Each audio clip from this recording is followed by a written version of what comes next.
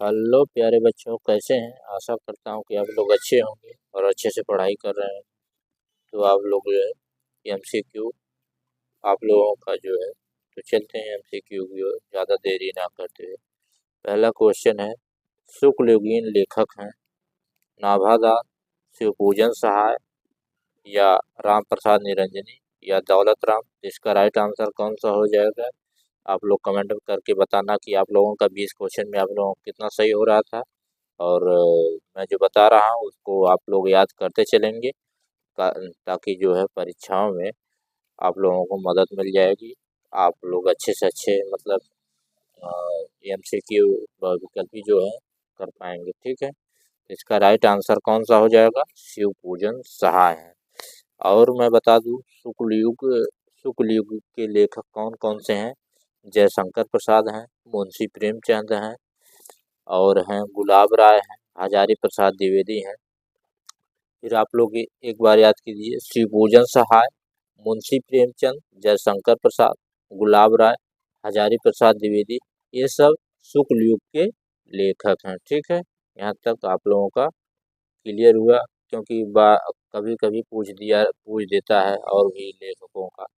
तो चलते हैं, मोहन राकेश का नाटक है। तो मोहन राकेश का नाटक कौन है? अजात शत्रु या सिंदूर की होली या स्वर्ग की झलक या आधे अधूरे। तो इसका राइट आंसर कौन सा हो जाएगा? मोहन राकेश की कौन रचना है नाटक? आधे अधूरे मोहन राकेश की है। और इनकी रचनाएं कौन कौन सी हैं? आषाढ़ का एक दिन तो है, और लहरों के राजहंस।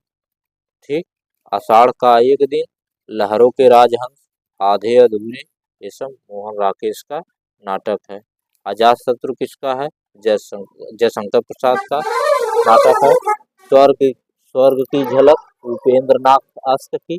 सिंदूर की होली लक्ष्मी नारायण मिश्र की। ठीक है, अजातशत्रु जयशंकर प्रसाद, स्वर्ग की झलक उपेंद्र नाथ आस्क की। ठीक है, अब तीसरे क्वेश्चन की तरफ चलते हैं। तीसरा क्वेश्चन है, साहित्य की विशेषताएं लेख की विधा है। कौन सी विधा है? आलोचना है या उपन्यास है या निबंध है या नाटक। तो आप लोगों ज़्यादातर निबंध ही दिया गया रहता है, तो आप लोग तुरंत इसको निबंध मार देंगे, ये निबंध की है। ठीक है, अब चलते हैं चौथे क्वेश्चन की तरफ। चौथा क्वेश्चन है, महके आंगन चहके द्वार, महके आंगन चहके द्वार के रचयिता हैं कन्हैयालाल मिश्र प्रभाकर या महादेवी वर्मा या रामवृक्ष बेनीपुरी या प्रभाकर माचवे। तो इसका राइट आंसर कौन सा हो जाएगा? इसका राइट आंसर हो जाएगा कन्हैयालाल मिश्र प्रभाकर। और इनकी कौन कौन सी रचनाएं हैं कन्हैयालाल मिश्र की?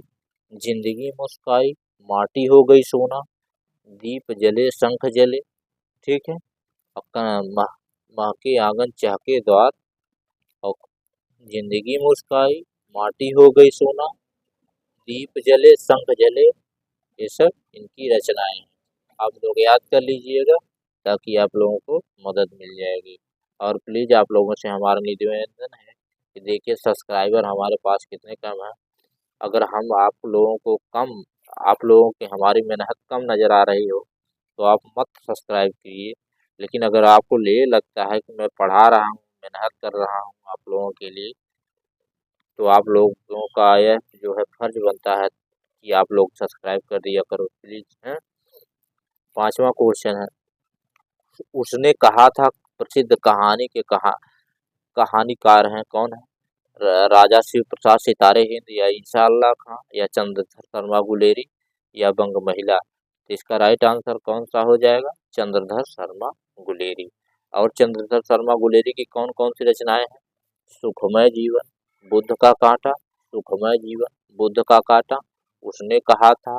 ठीक है, इनकी ये रचनाएं हैं।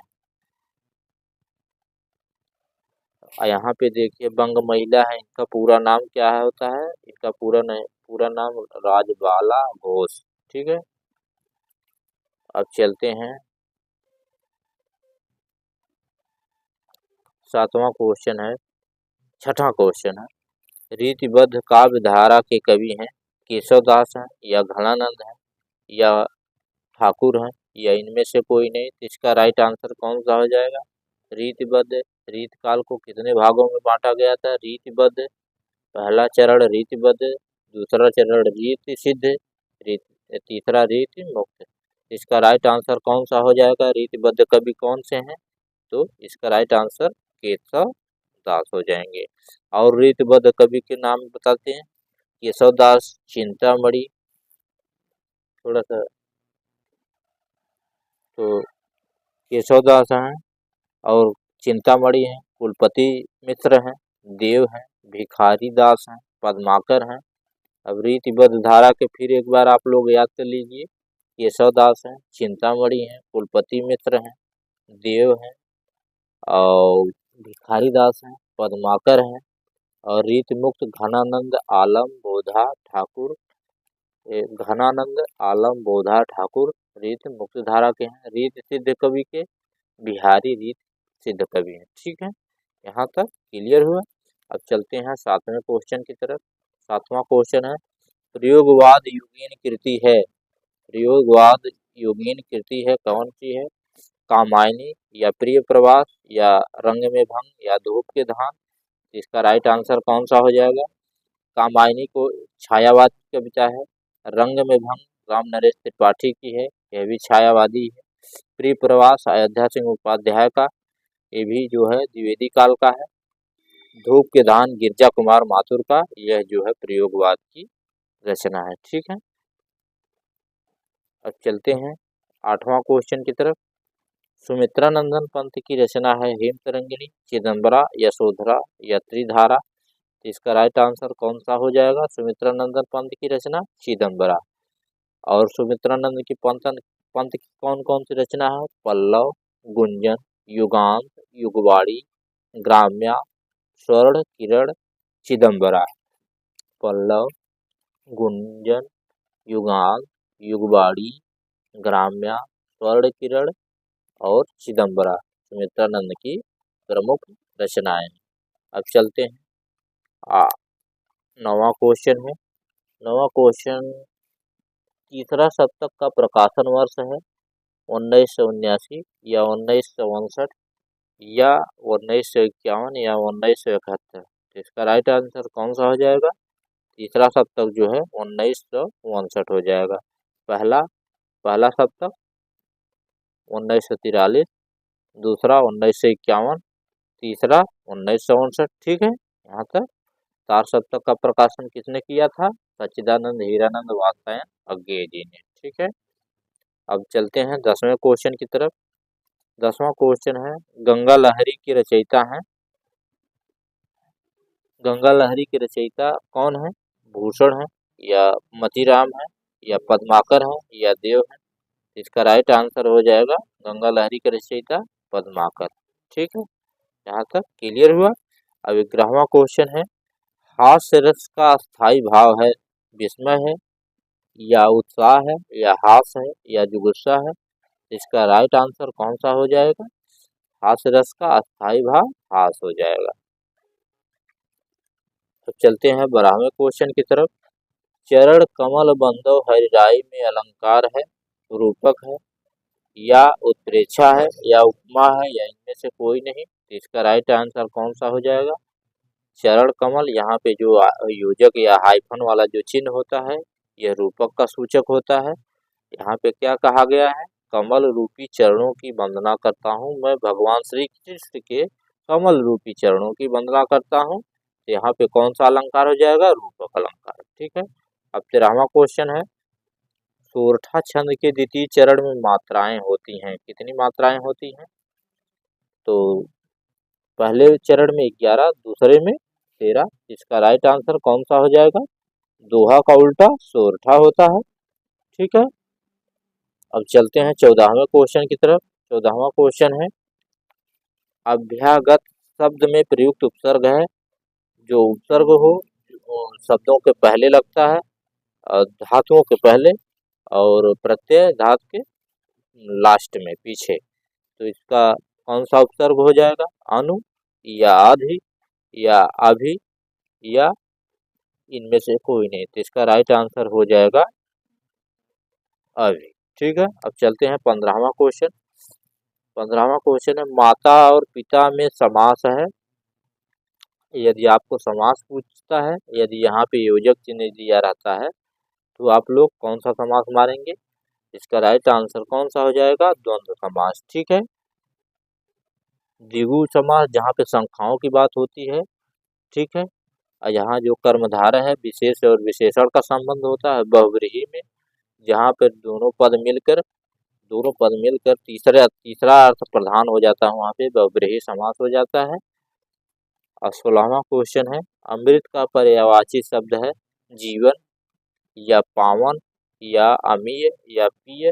इसका राइट आंसर कौन सा हो जाएगा? अमृत का। इसका राइट आंसर हो जाएगा अमीय। अब चलते हैं 17वें क्वेश्चन की तरफ।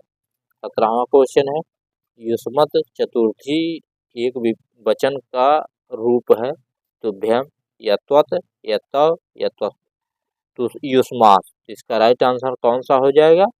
चतुर्थी विभक्त में आप लोग एक रूप जरूर याद कर लें, जिससे कि आप लोगों को कोई भी कुछ जैसे कहीं से रूप पूछे तो आप लोग उसको तुरंत ट्रिक लगा सकते हैं। तो इसका राइट आंसर जो है हो जाएगा 17 क्या?